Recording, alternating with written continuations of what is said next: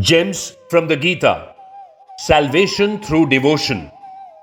In the last episode, we spoke about remembering Ishwar through our day-to-day activities. If one must remember Ishwar, the question is, who exactly is Ishwar? We all love stories, don't we?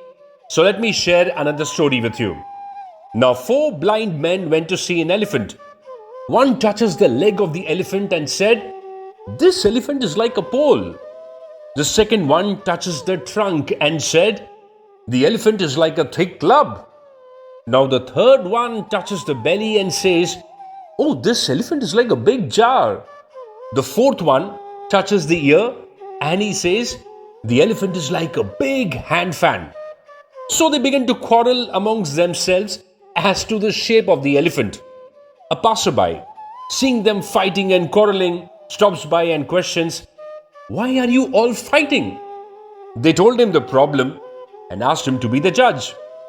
Now the man said, "None of you have seen the elephant. The elephant is not like a pole. Its legs are like poles. It is not like a thick club. Its trunk is like a thick club. It is not like a big jar.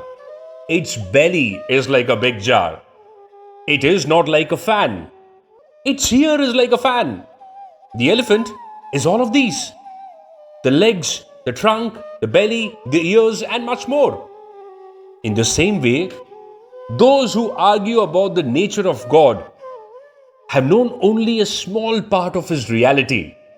And that is why the wise men often say, God is neither this nor that. So the question is, how can one attain Ishwar? Through meditation and devotion, it is possible to attain God.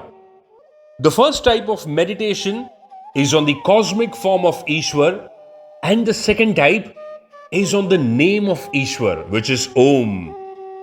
Both these meditation techniques also require us to exercise control of our prana or the life forces. Since this is beyond most of our capabilities, Krishna recommends the third type of meditation, which is much simpler. He advises us to remember Ishvara in any form, but to do so constantly throughout our life. Krishna says, "Think of me even as you struggle or battle in life." Krishna tells Arjuna and all of us connected with devotion, that is bhakti, and intellect towards Krishna urges Arjuna and all of us to be connected with devotion, that is bhakti, and intellect towards Ishwar. One must always pray for buddhi, bhakti, and shakti. The buddhi is to understand, evaluate, and implement the knowledge that you gather. Bhakti, to simply enjoy being one with God and all creations of God. Shakti, to keep having strength to continue to do selfless karma. The tendency of the mind is to run in all directions. Only study and regular practice towards a fixed goal can train the mind to be in control and eventually help in attaining bliss. Towards the end of the chapter, Krishna enumerated the two paths that a jiva or soul takes after death. The first path is the dark path. The first path is the dark path which is attained by those who have performed good actions on this earth. They attain the abode of the moon, heaven.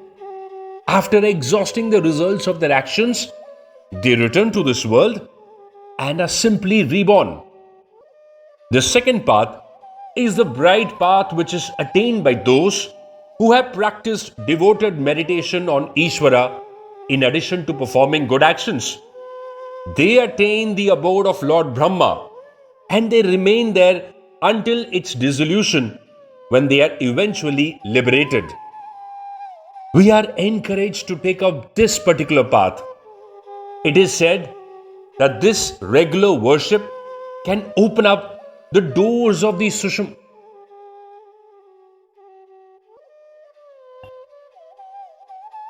It is, it is said, it is said in the it is mentioned in the Bhagavad Gita that this regular worship can open up the doors of the Sushumna, thereby awakening the dormant energies and strengths of a human being and making his intellect sharper and life brighter and successful.